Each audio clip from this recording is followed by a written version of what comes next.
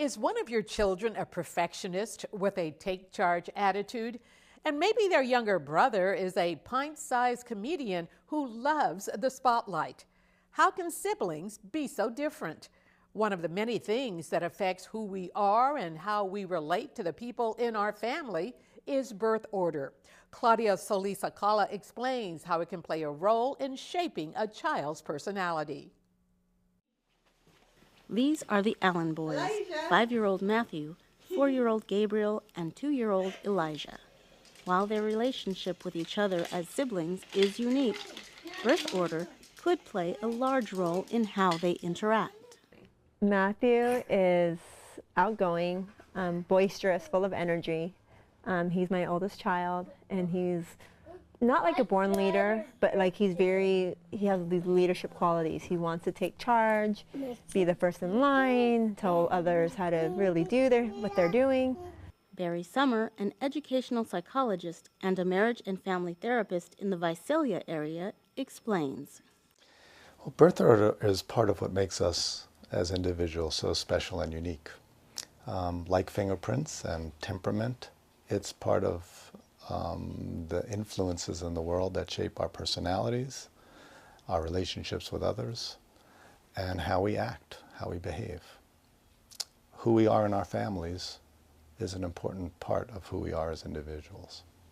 Firstborns tend to be leaders. They are typically perfectionists, conscientious, and remarkably successful. He wants to be in charge of games, in charge of how they do things.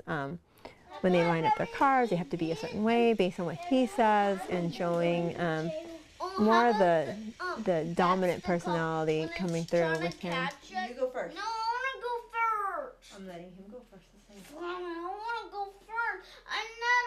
I never go first. Too red. Summer offers some advice on how to help firstborns like Matthew develop as an individual. If we understand that our firstborn children tend to be very driven and perfectionistic, we then understand that one of the ways we can help the most as parents is to support them in understanding how to cope well with failure and frustration. In comparison, the second-born child in a family tends to be a good problem solver. They are inventive and work well independently. Because the middle child feels that the world pays him less attention, he tends to be more private and doesn't openly share his thoughts or feelings. Gabriel is full of laughter, full of fun. He's very independent. He's tried to make himself breakfast well before he was able to, creating a large mess. But I mean, it was all in good fun. He just thought he was doing what he was supposed to be doing, and that was taking care of his own needs. The way we as parents can support all of our children is essential for middle children, and that's to take the time to really listen to them. They want to be heard. They want to be understood. Sometimes, because of the position they hold in their family, they feel life is unfair. And in competing with their siblings, especially their older siblings, the second-born child sometimes feels he'll never win. He's not easily forgotten about, but because he's sandwiched between two other children, sometimes his needs don't get met right away. With middle children, we want to remember to redo the family portfolio. We take millions of pictures of our firstborn children, and our secondborn children are photographed with less frequency. And so it's really important when the child is flipping through the family album that they see themselves with some repetitive kind of experience inside of their family with their older sibling as well as their parents, and have pictures of that middle child alone so that they know that they stand alone in the world. The youngest child is likely sociable and charming, an entertainer. They're often funny. They tend to be more concerned with their own comfort than others, so they can be perceived as selfish. Last children tend to be willing to do whatever it takes to get attention. So they're free thinkers. They go against the norm.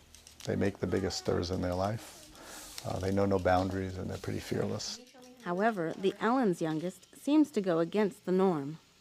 Elijah is the third, and he's very mellow, and he's very verbal. He was verbal from 18 months. He's very into play now because he's 2, and so he plays really well with his older brothers. Jennifer admits, though, that at times she gives in to Elijah because he's the baby. Sometimes I'm thinking, okay, is it really a big deal? More because he is a baby. But then sometimes it's because he's two. So it's a very fine line that I'm learning what's developmentally appropriate and what I'm giving into because he's the third child. Treating the lastborn as the baby is common, Summer says. He recommends that parents maintain the same set of boundaries, expectations, rules, and discipline for the lastborn as for the other children. As parents, we're interested in helping our children grow. We want them to grow based on their individual differences, and so if we understand those differences, we're much more able to deliver what our children need. Thanks, Claudia. To learn more about birth order and personality, just go to kvpt.org and click on 0 to 5 in 30 minutes. To contact Barry Summer, you can call 738-0644. You can also find his contact information online. This program funded in part by First 5 Fresno County. At First 5, we focus on the first 5 years of life. We fund programs and services that better the lives of children in Fresno County.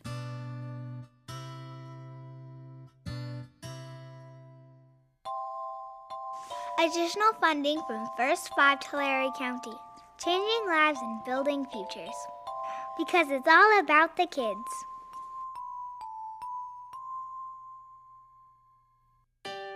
And First 5 Madera County, strengthening communities through the Family Resource Centers, where it's all about the kids.